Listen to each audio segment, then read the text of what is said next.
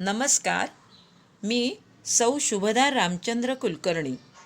आपणा सर्वांना परिचितच आहे की मानवाच्या व्यक्तिविकासासाठी बाल्यावस्थेपासून तो मोठा होईपर्यंत अनेक घटकांचा संस्कार होत असतो. त्यामध्ये माता पिता, गुरुजन, मित्रपरिवार, शेजारी पाजारी अशा विविध घटकांचा समावेश असतो.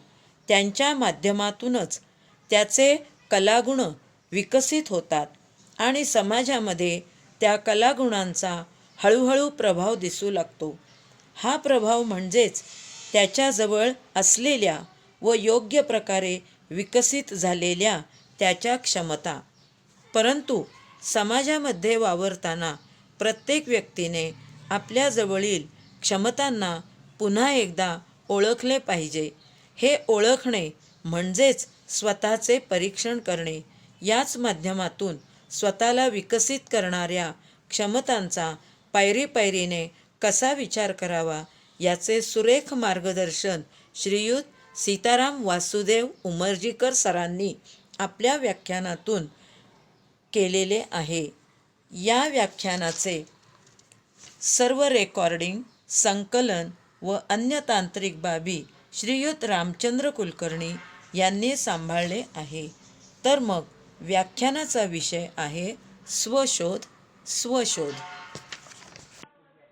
प्रेरणा देणारी स्फूर्तीदायी, जीवनाकडे होकारात्मक दृष्टीनं बघायला लावणारी, स्वतःमध्ये चांगल्या प्रकारे बदल घडवून आणून स्वतःचा उत्तम प्रकारे विकास करायला सांगणारी अशी अनेक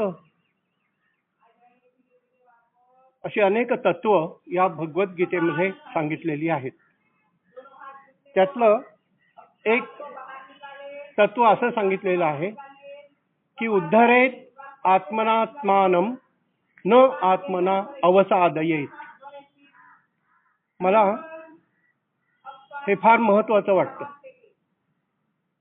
उद्धरेत आत्मना आत्मानं, म्हणजे स्वतःचा उद्धार हा स्वतः करून घेतला पाहिजे.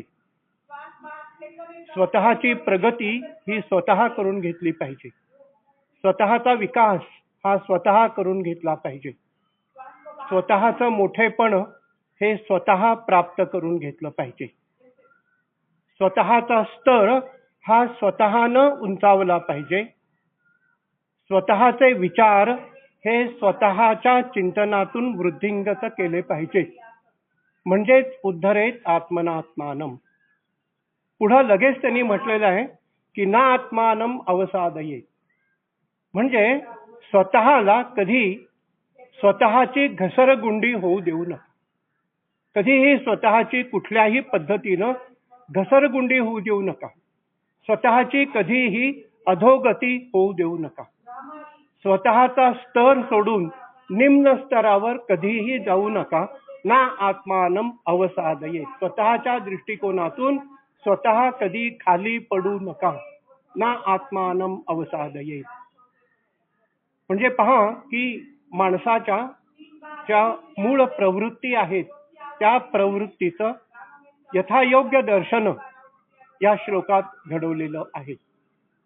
माणूस मोठं व्हायचा प्रयत्न करत असतो, पण मोठं होत असताना असे मार्ग वापरतो की त्याची अधोगती ही त्या मोठेपणाच्या कल्पनेबरोबरच सुरू झालेली असते. मोठं व्हायचंय ना, मग आधी निश्चय करा की मला मोठं व्हायचं आहे, मला जगात काहीतरी करून दाखवायचं आहे. मग मोठं व्हायचं म्हणजे काय करायला पाहिजे? मोठं जर व्हायचं असेल तर मोठ्यांसारखा विचार केला पाहिजे.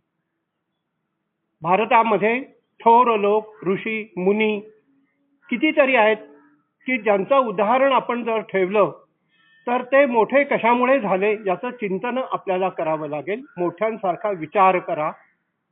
दुसरी गोष्ट, मोठ्यांसारखं वागा.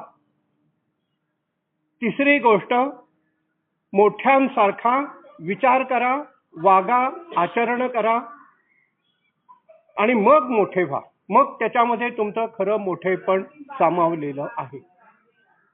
जर तुम्ही चुकीच्या मार्गाने मोठं व्हायचा प्रयत्न केलात तर मोठं होण्याऐवजी त्याच्यात अधोगती होते. आपण पाहतो की मोठं व्हायचं म्हणजे नेमकं काय व्हायचं हे सुद्धा नीट विचार लोकांनी केलेला नसतो. मानानं मोठं व्हायचंय का, विचारानं मोठं व्हायचंय का, मनानं मोठं व्हायचं आहे का, दान करून मोठं व्हायचं आहे का, कशाने मोठं व्हायचंय आपल्याला, याचा नेमका विचार केला पाहिजे. आणि मोठं होत असताना आपल्याला दुसऱ्यांना काहीतरी द्यावं लागतं हे विसरून चालत नाही.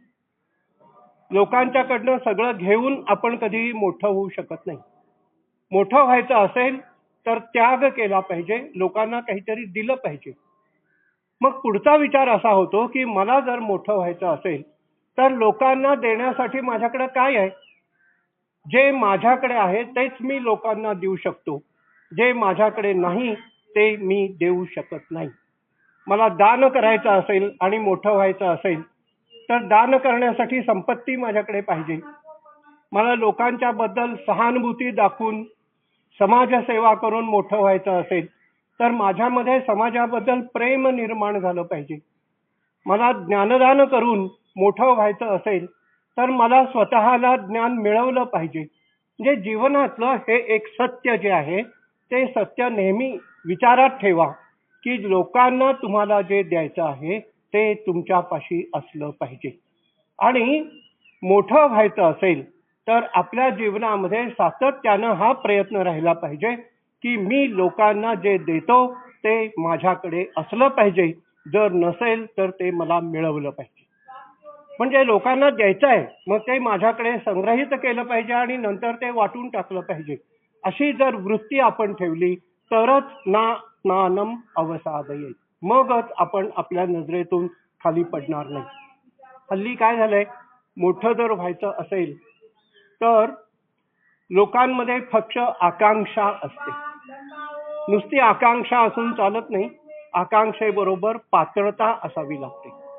पात्रता असेल तर आकांक्षा फलद्रूप होतात.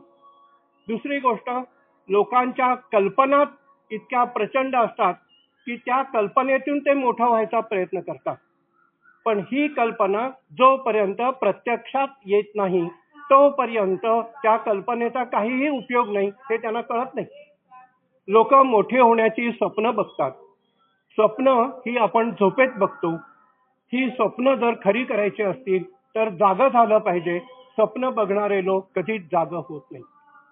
लोकांनी मोठं होण्याचं ध्येय आपल्या समोर ठेवलेलं असतं, पण ते ध्येय आपल्या आयुष्यात ते गाठू शकतात का, हा खरा महत्वाचा प्रश्न आहे. ध्येय हे नेहमी आपल्या क्षमतेत असलं पाहिजे. ध्येय ही एक गोष्ट अशी आहे की आपण ती साध्य केलीच पाहिजे. असं ध्येय आपण आपल्या पुढे ठेवलं पाहिजे मोठं होण्याचं, की जे माझ्या क्षमतेमध्ये बसतं आणि जे मी निश्चितपणे साध्य करू शकतो.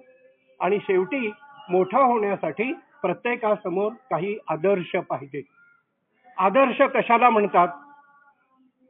मी एक आदर्श जर माझ्या समोर ठेवला असेल तर माझ्या संपूर्ण जीवनामध्ये त्या आदर्शानं जे जे काही केलं त्याच्यामध्ये मला अनुकरण असं करण्यासाठी जे जे काही मिळालं ते सर्व मला जन्मभर पुरलं पाहिजे.